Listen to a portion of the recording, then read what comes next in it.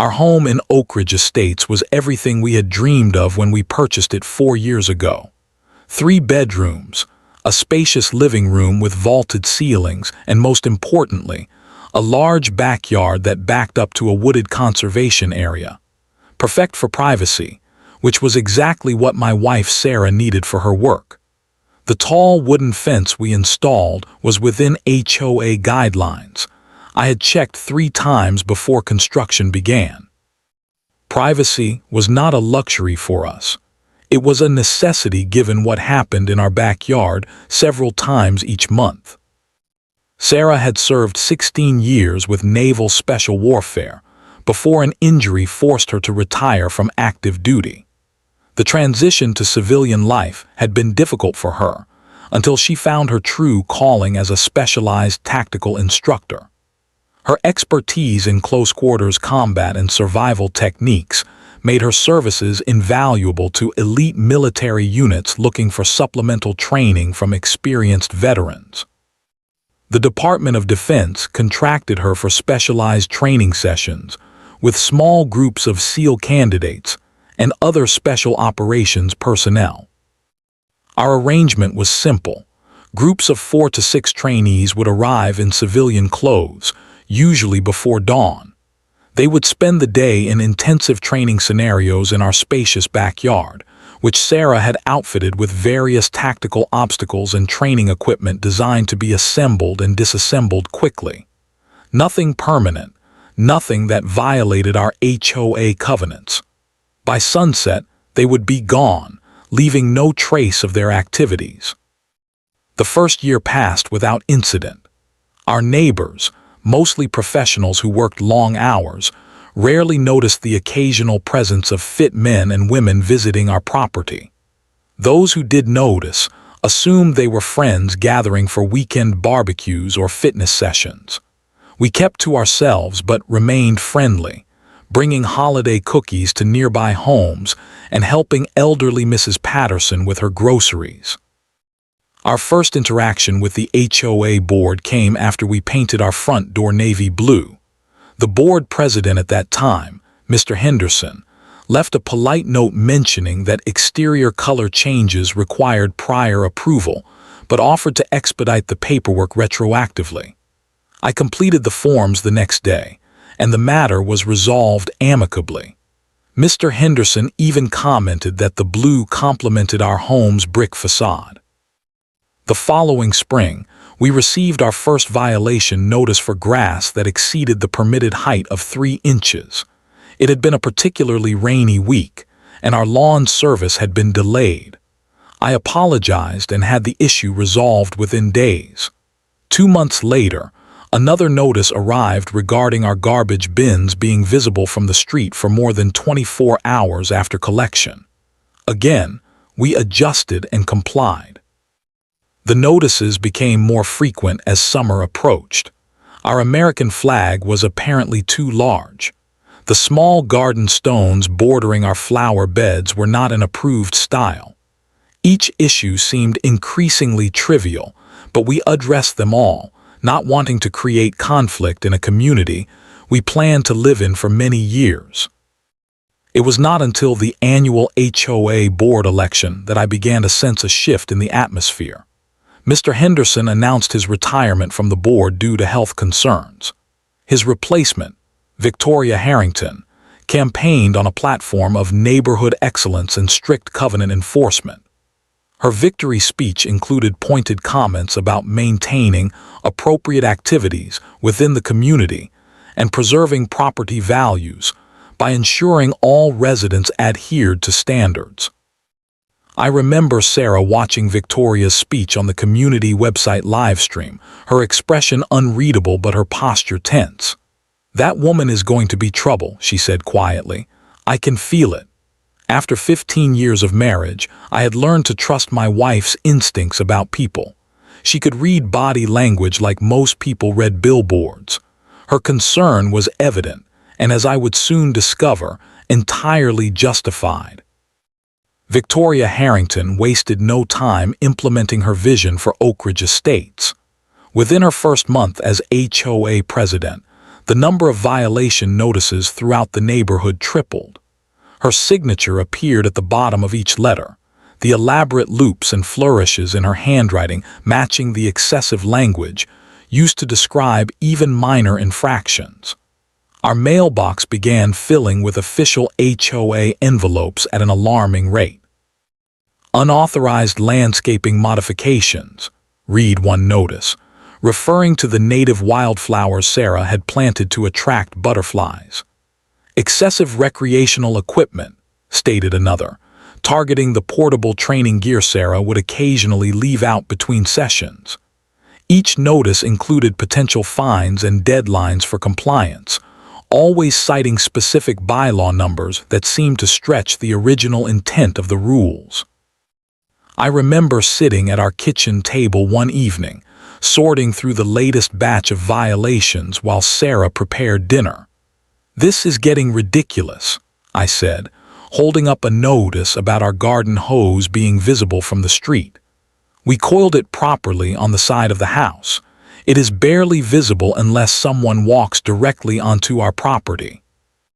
Sarah placed a bowl of pasta on the table and sat across from me. "I had Lieutenant Gomez park his car 3 houses down today," she said, her voice low despite us being alone. "Victoria drove by twice during training, slowing down each time. She even stopped for a full minute the second time." Her eyes met mine, concern evident. They were all in civilian clothes, using minimal equipment, just as we have been doing since these notices started.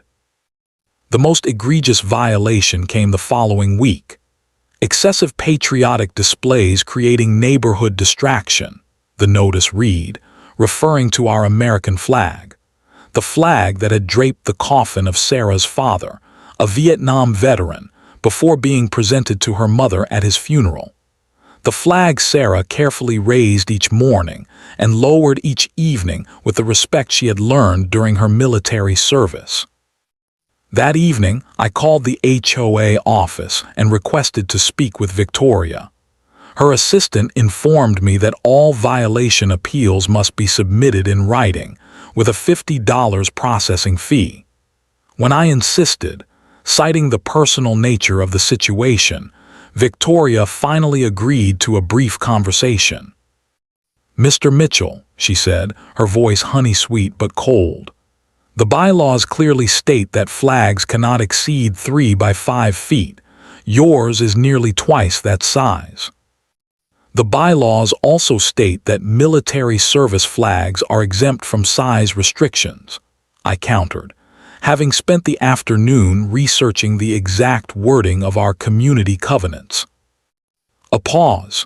"Well, you are not currently active military, are you? The exemption applies to active service members only." "My wife is a veteran, and this flag has significant meaning to our family." "Rules are rules, Mr. Mitchell. I suggest you comply or face the consequences." The line went dead before I could respond. The monthly HOA meeting arrived, and Sarah and I decided to attend for the first time. The community center was half full, mostly with older residents who regularly participated in neighborhood affairs. Victoria sat at the center of a long table at the front, flanked by board members who seemed uncomfortable with her authoritarian approach, but unwilling to challenge it. When the floor opened for resident concerns, I stood and addressed the excessive violations targeting our property. Victoria dismissed each point with references to community standards, her smile never reaching her eyes. When I mentioned the flag specifically, several other residents nodded in agreement with my concern. "Perhaps," Victoria said, looking directly at Sarah, "if certain residents did not conduct quasi-military activities in their backyards, drawing unwanted elements into our peaceful community, there would be less scrutiny of their properties." The room fell silent. Sarah stood slowly, her posture perfect, her voice controlled. "My work is contracted by the Department of Defense. All activities conducted on our property are legal, discreet, and pose no disturbance to neighbors. If you have specific concerns about noise or other issues, we welcome constructive feedback." Victoria's smile tightened. "My brother applied 3 times to serve his country. 3 times he was rejected. Some of us understand that military presence in residential areas creates unnecessary tension and risk." Her gaze swept the room. "I believe most residents would agree that Oak Ridge Estates should remain a peaceful, civilian community." In that moment, the lines were drawn. Several neighbors approached us after the meeting, expressing support and sharing their own experiences with Victoria's heavy-handed enforcement. Others avoided eye contact entirely, hurrying past as if association with us might mark them as targets. As we drove home, Sarah was unusually quiet. "We will need to be more careful," she finally said. "Training starts at 5 a.m. tomorrow. The team will arrive separately, park outside the neighborhood, and enter through the back gate." She turned to me, her expression resolute. I am not giving up my work because of her vendetta. Throughout the neighborhood, invisible boundaries formed. Neighbors who had once chatted casually over shared property lines now watched each other warily. Weekend barbecues became venues for whispered conversations about the latest HOA violations.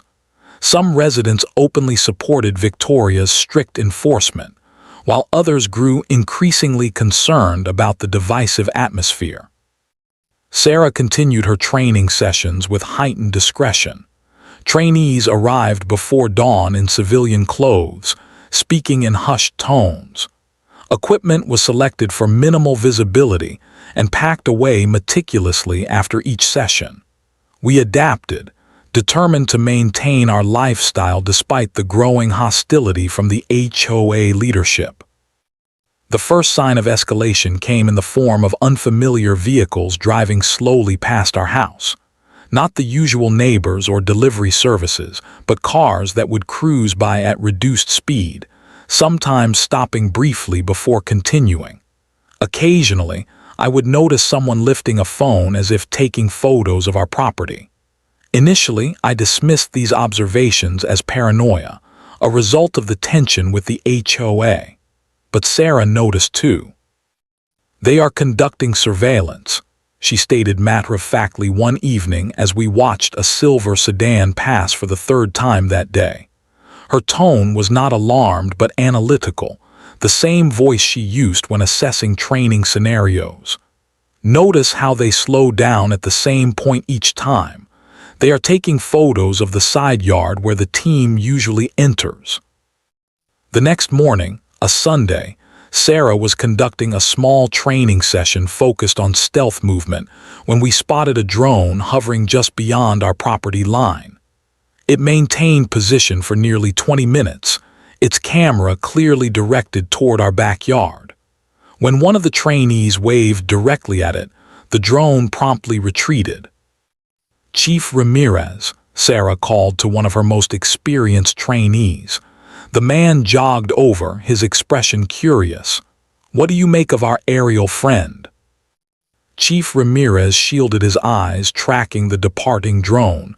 Consumer model, probably a DJI Phantom.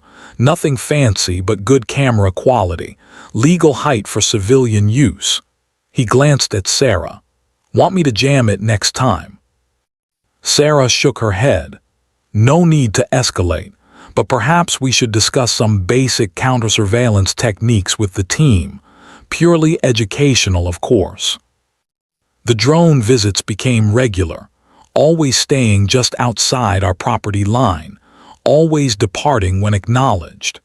Sarah adapted her training schedules, moving more sensitive exercises under our covered patio area, or timing them for overcast days when aerial footage would be less effective. Our first interaction with local law enforcement came 3 days later. 2 police officers arrived at our door around noon, explaining they had received an anonymous call about suspicious activity and possible weapons on the property. Sarah invited them in immediately, her manner professional and cooperative. Officers, I am Sarah Mitchell, former Naval Special Warfare. I conduct Department of Defense contracted training for military personnel on our property. She presented her credentials and contract documentation, which she had wisely started keeping easily accessible. Any equipment you may have received reports about is training gear, rubber training knives, padded impact weapons, and occasionally, with proper authorization, training firearms that cannot fire live ammunition. The officers were apologetic once they understood the situation. "We have to follow up on all reports, ma'am," the older officer explained. "Sounds like someone might be trying to cause trouble for you folks." As they were leaving, the younger officer paused. "Just so you know, this is the third call about this address this week. Previous officers found nothing concerning, but if these calls continue, it might be worth filing a report about harassment." Sarah thanked them for the suggestion, her expression betraying no emotion until the door closed behind them. Then she turned to me, her eyes hard. "They are trying to wear us down with false reports." The police visits increased in frequency. Each time, different officers would arrive, explaining they had received anonymous complaints about noise disturbances, suspicious gatherings, or alleged weapons sightings. Each time, we cooperated fully, providing documentation and explanations. The officers became increasingly familiar with our situation, some even expressing frustration at being used as pawns in what was clearly a neighborhood dispute. Our dining room table gradually transformed into what Sarah jokingly called our Tactical Operations Center. Calendar printouts tracked every violation notice, police visit, and surveillance incident. We installed security cameras covering all approaches to our property, documenting every slow-moving vehicle and hovering drone. Sarah began keeping a detailed log of training sessions, including arrival and departure times of all personnel, noise levels measured with a decibel meter, and any unusual activity observed during each session.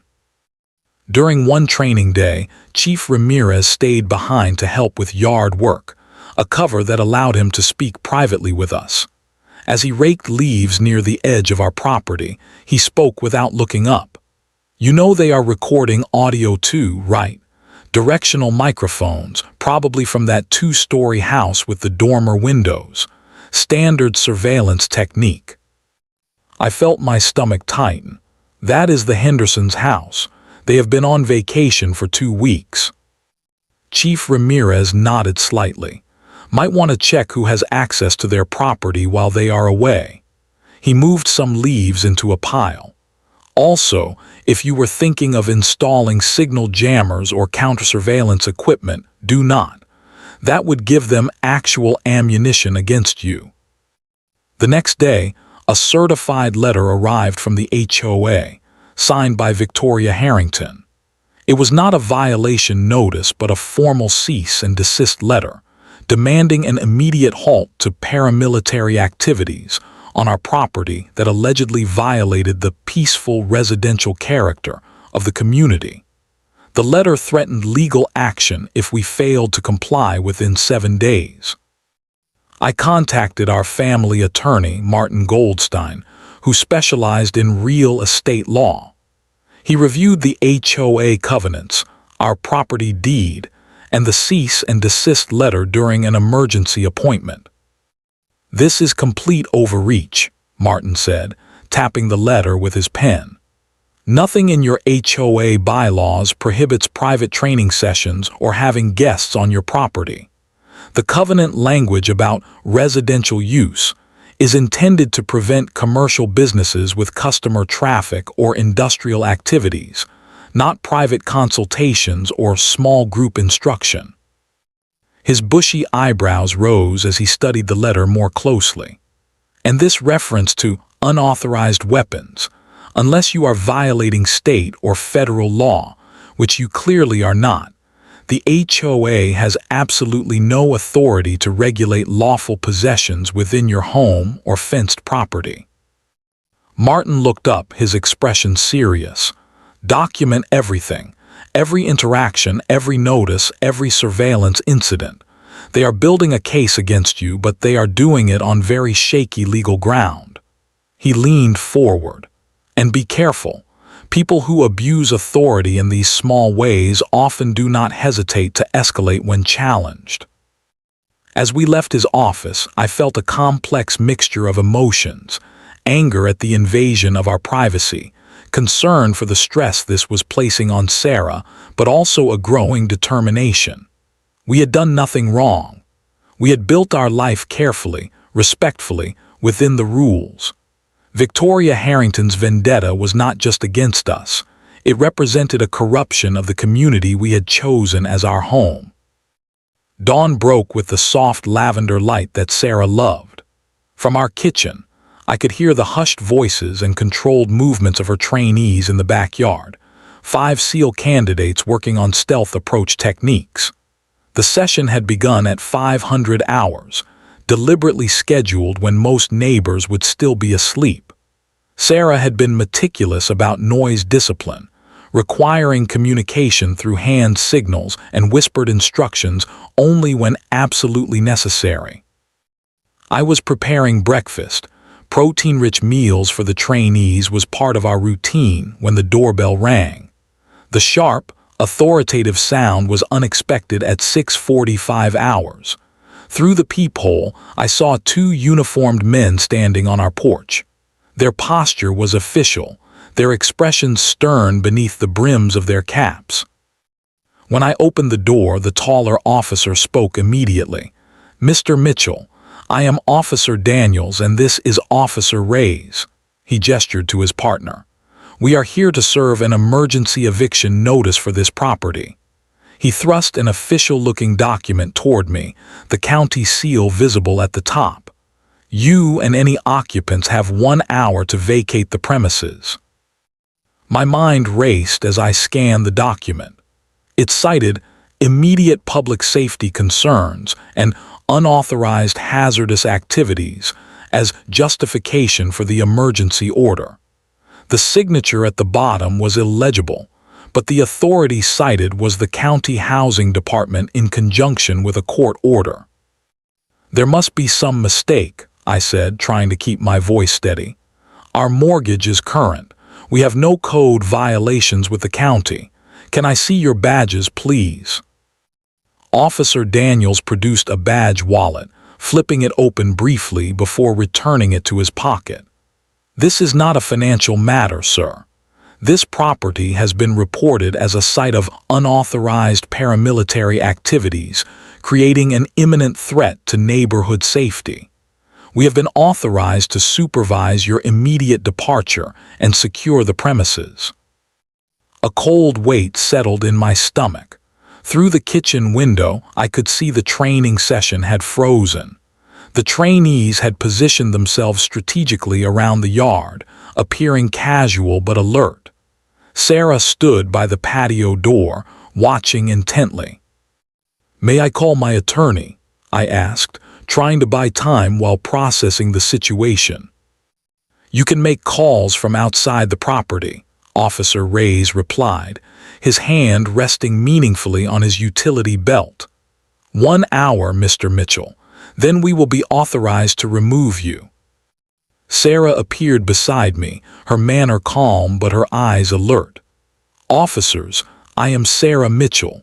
I am a duty contractor conducting authorized training for military personnel. May I ask which judge issued this order?" As Sarah engaged the officers, I noticed one of her trainees, Lieutenant Commander Wilson, circling casually toward our side yard, phone to his ear. Another trainee had positioned himself in the doorway between the kitchen and living room, his stance relaxed but his eyes missing nothing.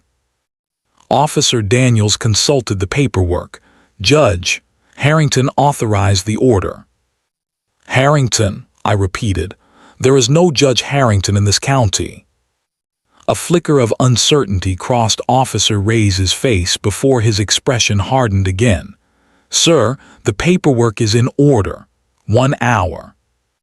Lieutenant Commander Wilson approached from the side, still holding his phone. "Excuse me, officers. I have Captain Reynolds from the County Sheriff's Department on the line. He says there are no eviction proceedings scheduled for this address today and no officers dispatched to this location." His tone was conversational, but his eyes were steel. "He would like to speak with you." Officer Daniels stiffened. "That is unnecessary. Our orders come directly from—" "I also notice," interrupted another trainee who had quietly appeared behind us, "that your badges have the wrong county insignia. And Officer Reyes, your holster is a model discontinued by local law enforcement 3 years ago." The atmosphere shifted instantly. Officer Daniels took a step back. "There appears to be some confusion. We will need to verify our paperwork and return later." "I think not," Sarah said, her voice dangerously quiet. "You will remain here until the real police arrive. Lieutenant Wilson has already requested their presence." Officer Reyes' hand moved toward his belt, but he froze when Wilson spoke again, his voice still casual but with an unmistakable edge. "I would not do that if I were you. Impersonating a law enforcement officer is a felony. Adding assault charges would only make your situation worse." The fake officers exchanged glances, calculation evident in their eyes. For a moment, I thought they might attempt to flee, but the sound of approaching sirens settled the matter. Within minutes, 2 authentic police cruisers pulled into our driveway, officers emerging with hands resting cautiously on their weapons. The next 2 hours passed in a blur of statements and evidence collection. The imposters, whose real names were Craig Simmons and Derek Powell, were employees of a private security firm called Elite Shield Services. They carried fake badges and identification, but real handcuffs and pepper spray. Their service weapons were realistic airsoft pistols, modified to remove the orange safety tips. Detective Lisa Morin took our statements in our living room while officers secured the fake documentation and photographed the impersonator's equipment. "This is one of the more elaborate intimidation schemes I have seen," she commented, reviewing the falsified eviction papers. "The county seal is a good forgery, but the judge's name was careless." "Victoria Harrington is our HOA president," I explained. "She has been targeting us with violations and surveillance for months." I showed Detective Morin our documentation of the escalating harassment.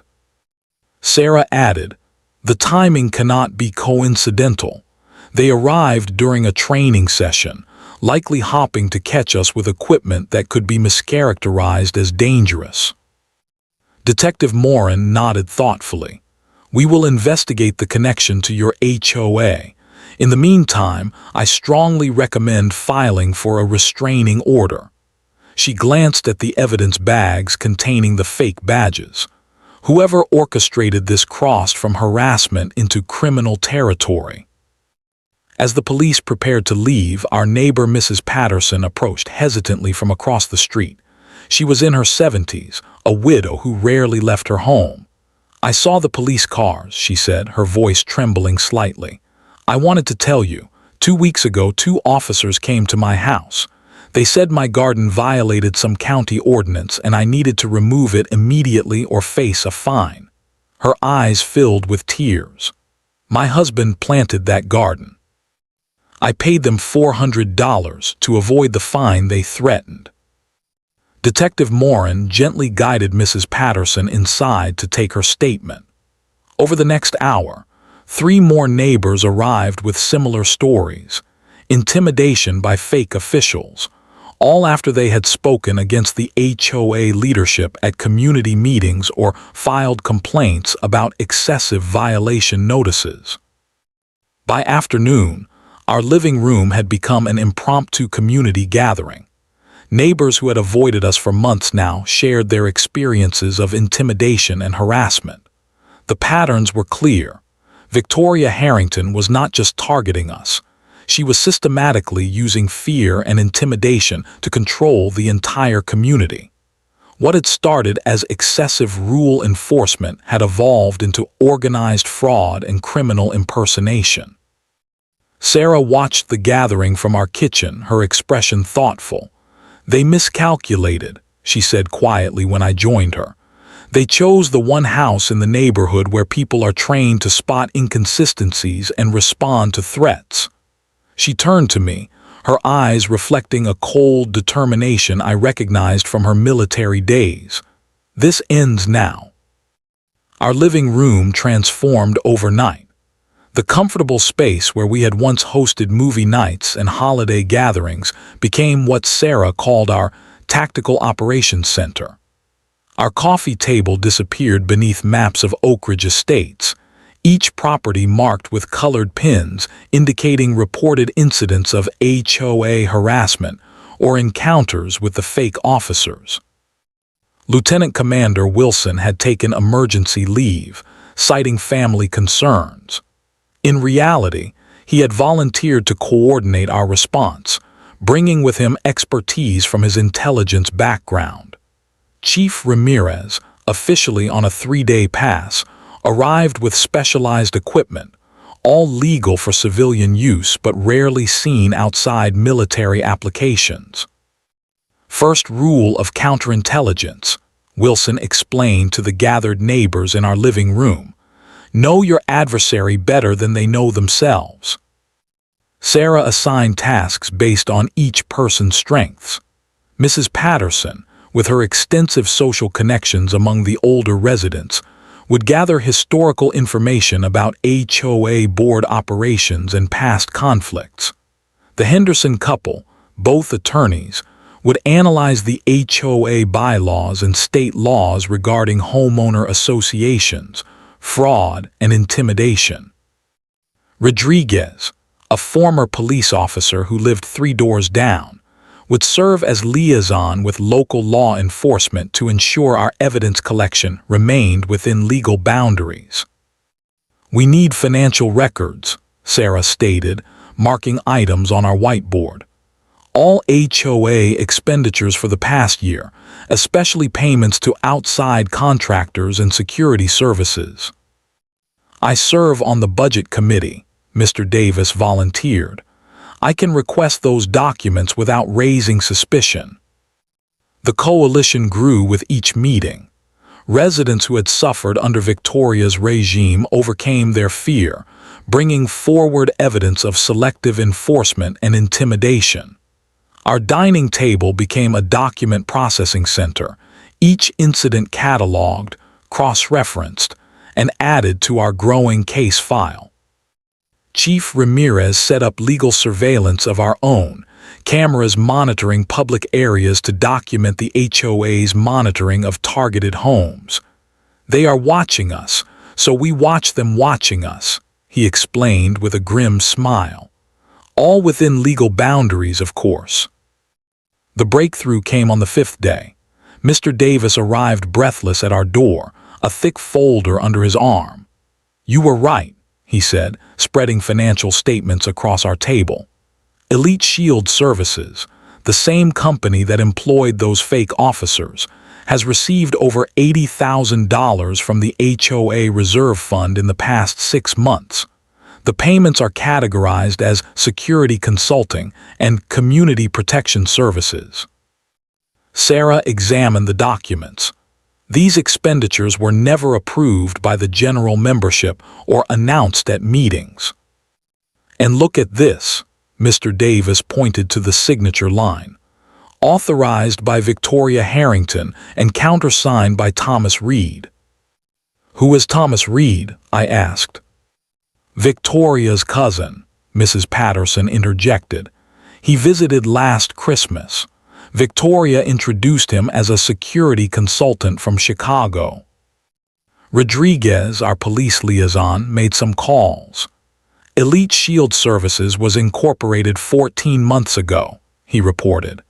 "Registered agent is Thomas Reed. They have no contracts with legitimate law enforcement agencies and no certifications for private security work." Wilson nodded, adding notes to our evidence board. So Victoria creates a fake security company with her cousin, funnels HOA funds to it, then uses it to intimidate residents who oppose her. Classic corruption scheme. Our investigation expanded. Night vision footage captured board members meeting at Reed's Hotel, long after official HOA meetings had adjourned. One of Wilson's SEAL colleagues, posing as a delivery driver, obtained audio of Victoria instructing Reed about problem residents who needed special attention. Mrs. Henderson analyzed the financial impact. They have increased HOA dues by 28% in the past year, supposedly for enhanced community security. That money is going directly to elite shield services. And the selective enforcement creates additional revenue, her husband added. Violation fees have increased threefold. Residents who challenge Victoria suddenly find themselves with multiple violations requiring immediate payment.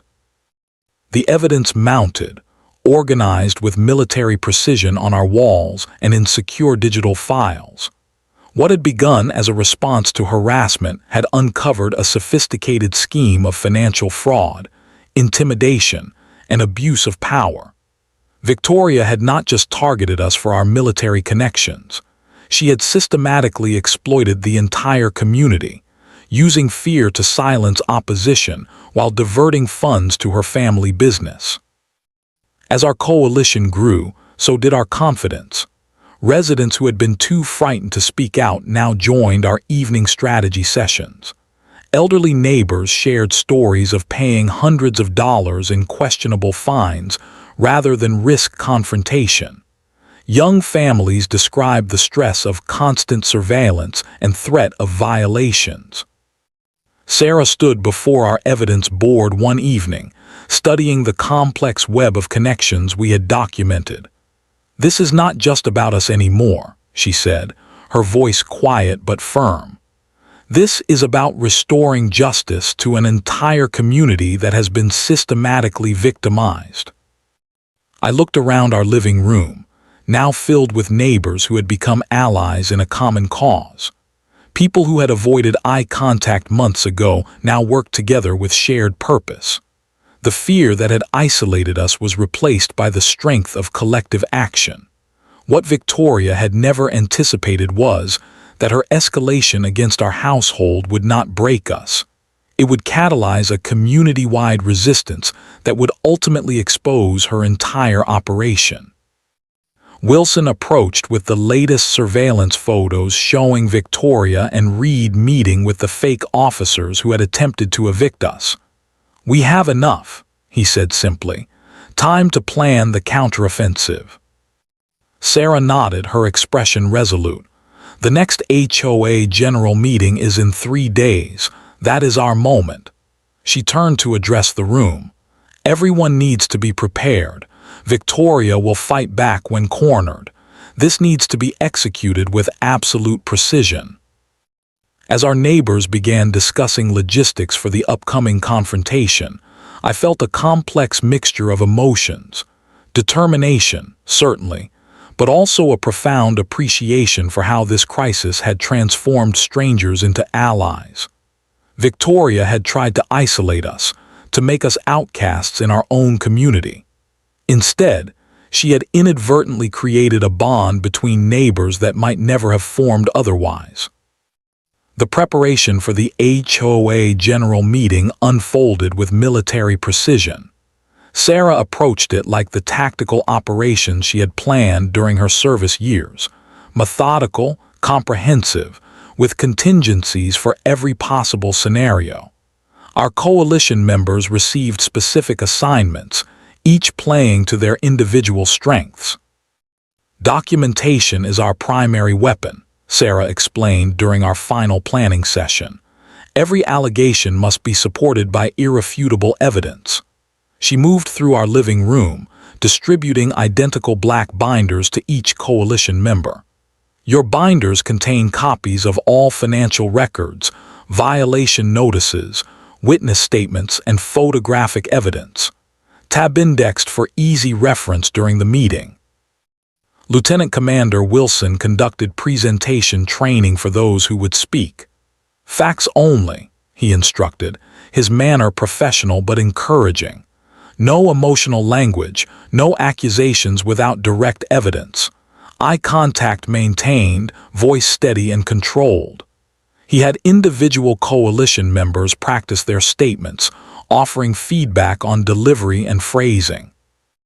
Remember, you are not victims pleading for relief, Sarah added. You are citizens demanding accountability. Our coordination with legitimate law enforcement was handled discreetly by Rodriguez. 2 plainclothes officers will attend as residents, he confirmed. They will not intervene unless criminal activity occurs during the meeting, but their presence provides additional security. The evidence packets were prepared in triplicate, one set for presentation at the meeting, one already delivered to the county prosecutor's office, and one secured off-site as insurance. Mr. Henderson, with his legal background, had helped format the documents to highlight the most serious violations of state law and HOA regulations. Remember, Sarah told the group, Victoria will attempt to control the meeting, limit speaking time, or possibly even cancel the session when she realizes what is happening. We need to be prepared to stand our ground firmly but legally. The day before the meeting, the intimidation efforts began. Several coalition members found threatening notes on their vehicles or doorsteps. Reconsider your actions tomorrow if you value your standing in this community. Read the note left on Mrs. Patterson's windshield. Others received sudden violation notices for infractions that had not existed the day before. Victoria saved her most direct effort for us. A certified letter arrived by courier, informing us that the board had held an emergency session and voted to begin formal eviction proceedings based on documented dangerous activities and intentional violation of community standards. The letter was signed by Victoria and 2 board members who, we knew from our investigation, were her most loyal supporters. She is getting desperate, Sarah observed, studying the letter. This document has no legal validity. She knows we are organizing against her. That evening, our phone rang continuously with calls from nervous coalition members. Some had received visits from Elite Shield employees posing as community safety officers, warning of consequences for disrupting community harmony. Sarah spent hours reassuring them, reviewing the protection our evidence provided, and reinforcing their resolve. The morning of the meeting dawned clear and cold. Sarah and I watched from our kitchen window as unmarked vehicles parked discreetly along neighboring streets, her trainees positioning themselves as our security perimeter. None were in uniform, all appearing as ordinary residents out for evening walks or arriving as guests of coalition members. We had arranged a convoy of cars to arrive at the community center simultaneously, a show of unified strength that would prevent individual members from being intercepted or intimidated before the meeting. As we pulled into the parking lot at precisely 6:45 p.m. for the 7:00 p.m. meeting, I felt a surge of pride seeing the coordinated arrival of over 30 vehicles, each carrying coalition members clutching their black evidence binders.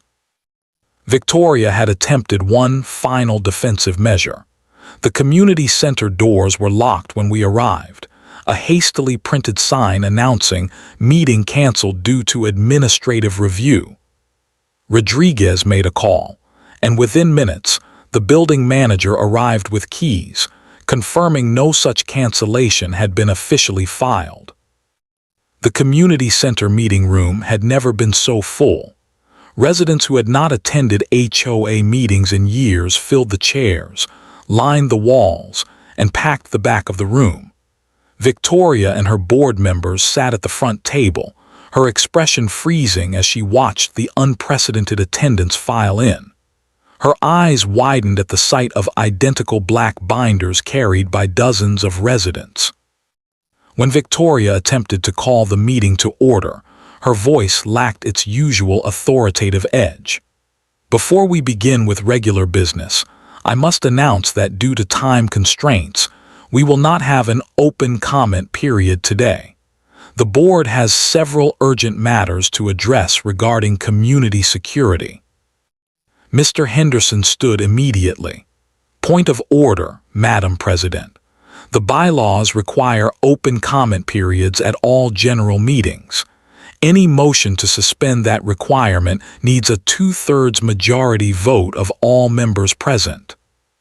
Several coalition members called out their agreement, many holding up copies of the bylaws with relevant sections highlighted. Victoria's fingers tightened around her gavel. "Very well. Open comments will be limited to 2 minutes per person and must pertain to agenda items only." I stood and approached the microphone placed in the center aisle. "My name is Daniel Mitchell. I wish to address an item not on the published agenda, but of critical importance to all community members: the misappropriation of HOA funds and systematic intimidation of residents by the current board leadership." Before Victoria could interrupt, I placed a portable projector on the table and activated it. The wall behind the board table illuminated with financial records showing payments from the HOA account to Elite Shield Services. These financial records, obtained through proper channels by our budget committee representative, show over $80,000 diverted to a security company owned by Thomas Reed, cousin of our HOA president. Victoria slammed her gavel. "This is not an approved agenda item. You are out of order." Mrs. Patterson rose shakily to her feet, her voice clear despite her age. "I was forced to pay $400 to men claiming to be county officials, who threatened to remove my garden. These men were employees of Elite Shield Services." She held up photographs showing the same men who had attempted to evict us, dressed in different uniforms at her property. One by one, residents stood to share their experiences. Each statement was concise, factual, and supported by documentation projected for all to see. The evidence mounted methodically: selective enforcement against residents who opposed Victoria, financial irregularities in HOA accounts, intimidation tactics coordinated through Elite Shield Services. Victoria attempted repeatedly to shut down the meeting, but each time she was countered by procedural objections supported by the bylaws. When she moved to adjourn the meeting, an immediate motion to continue was seconded and passed by overwhelming majority vote. The climax came when Lieutenant Commander Wilson approached the microphone. "I am here as a guest of the Mitchell family, but also as a witness to criminal impersonation of law enforcement officers." He played the video recording of the fake eviction attempt at our home, the footage crystal clear on the projected screen. These individuals, employed by Elite Shield Services and directed by Victoria Harrington, committed multiple felonies in attempting to fraudulently evict homeowners from their legal residence. The room erupted in outrage. Victoria stood, her face contorted with anger. "This meeting is over. Security, clear the room." She gestured toward 2 men at the back, Reed and another Elite Shield employee. It was the moment we had anticipated. Rodriguez stood, displaying his police identification. "Thomas Reed, you and your associate need to remain where you are. Impersonating law enforcement officers is a serious offense. Officers are waiting outside to take your statements." The 2 plainclothes police officers who had been sitting quietly near the exit moved to block Reed's potential escape route. The coalition members standing at strategic points throughout the room maintained their positions, creating a controlled environment that prevented panic or confrontation. I returned to the microphone, my voice calm despite my pounding heart. We are not here seeking revenge. We are here seeking accountability and restoration of proper governance to our community. I gestured to the room full of neighbors. Every person here has documentation of the abuses we have presented. Every allegation is supported by evidence already provided to proper authorities. Sarah, who had remained silent throughout the presentation, now stood beside me. This community deserves leadership that serves all residents fairly and transparently. The current board has violated that trust. We call for the immediate resignation of Victoria Harrington and any board members involved in these activities. The meeting continued for another hour as residents came forward with their experiences. Board members not directly implicated in the scheme looked increasingly uncomfortable, distancing themselves from Victoria both physically and verbally. When one board member publicly resigned his position, stating he had been unaware of the extent of the improprieties, others quickly followed. Victoria, seeing her support crumble, attempted one final authoritarian gesture. As president, I hereby dissolve this meeting and the current board. New elections will be held under my supervision next month. Mr. Henderson approached the microphone, his legal training evident in his precise response. The bylaws provide a clear procedure for board vacancy and emergency replacement. As the longest-serving previous board member in attendance, Mr. Gonzalez is automatically appointed interim president until special elections can be held. He pointed to a silver-haired man in the third row, who had served on the board years before Victoria's arrival. The community voted overwhelmingly to accept this procedural solution. Victoria, now stripped of authority and facing criminal investigation, gathered her papers and moved toward the exit. Rodriguez and the plainclothes officers intercepted her, escorting her outside where additional law enforcement waited to take formal statements. As the meeting transitioned to organizing the interim board and planning special elections, I felt a profound sense of community I had not experienced since moving to Oak Ridge Estates. People who had been isolated by fear now spoke freely with neighbors. Former adversaries compared stories of intimidation and offered mutual support. The invisible lines that had divided our community were dissolving before my eyes. Sarah squeezed my hand under the table, her expression one of quiet satisfaction rather than triumph. We had not sought this confrontation, but when forced to defend our home and community, we had done so with the same precision and integrity that had defined her military career. The battle was over, and the process of healing could begin. The weeks following what residents now called the reckoning brought profound changes to Oak Ridge Estates. Victoria Harrington and Thomas Reed faced multiple criminal charges: fraud, criminal impersonation of law enforcement officers, extortion, and misappropriation of funds. Their arraignment made the local news, with several residents providing statements to journalists about the systematic intimidation they had endured. The interim board, led by Mr. Gonzalez, worked diligently to restore proper governance and financial accountability. A forensic audit revealed the full extent of Victoria's scheme. Nearly $200,000 had been diverted through various fraudulent contracts over 18 months. The board initiated legal proceedings to recover these funds, with early success as the court froze assets of Elite Shield Services. Most meaningful to our family was the letter that arrived 3 weeks after the meeting.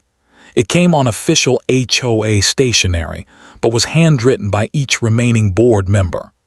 We extend our deepest apologies for the harassment and unlawful treatment you experienced. It read, "Your military service and that of Mrs. Mitchell deserves our respect and gratitude, not persecution. We are committed to ensuring such abuse of power never occurs in our community again." The letter continued with a formal acknowledgement of Sarah's professional activities. "We hereby confirm that training activities conducted on your property, being discreet and respectful of community peace, are fully sanctioned and recognized as appropriate use of private property under our bylaws." It was a vindication we had not sought but deeply appreciated. Spring arrived with a community-wide effort to heal the divisions Victoria had created. Our backyard hosted the first neighborhood barbecue, where Sarah's training equipment was displayed openly for curious neighbors. Children listened wide-eyed as she explained basic survival techniques and team-building exercises.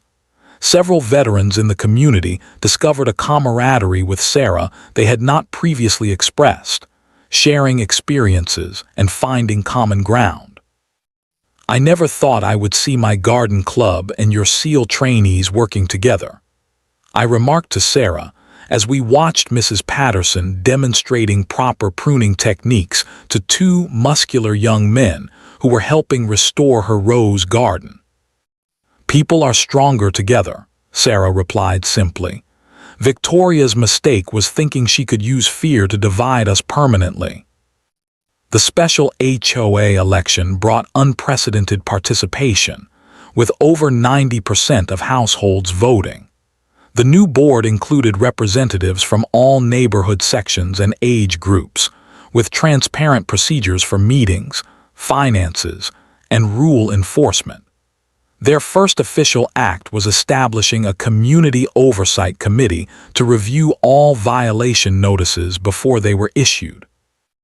The most unexpected moment of reconciliation came when I found an envelope in our mailbox with no return address. Inside was a handwritten note from a neighbor who had been among our most vocal critics during Victoria's regime.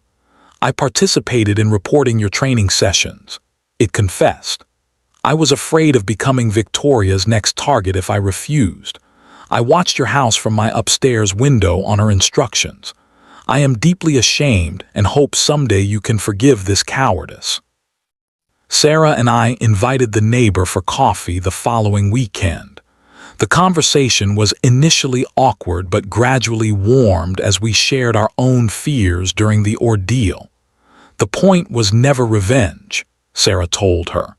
"It was always about restoring a community where everyone could feel safe and respected." As summer approached, physical transformation spread throughout Oak Ridge Estates.